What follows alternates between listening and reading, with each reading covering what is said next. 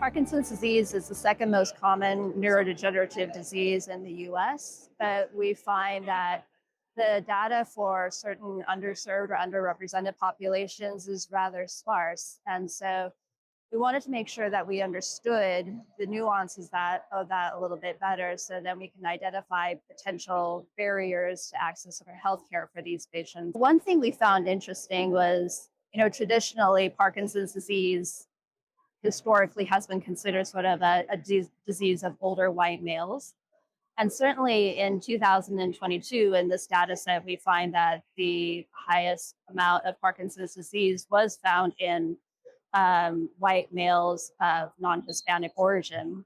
However, as we look a little bit deeper into the subpopulations, we found a disproportionately high Parkinson's disease burden in younger patients in certain racial groups, so namely the Black and African Americans, Alaska Natives, and American Indians. And so these types of patients, we didn't necessarily know that such sort of a skewing towards the younger patient population with those Parkinson's disease burdens.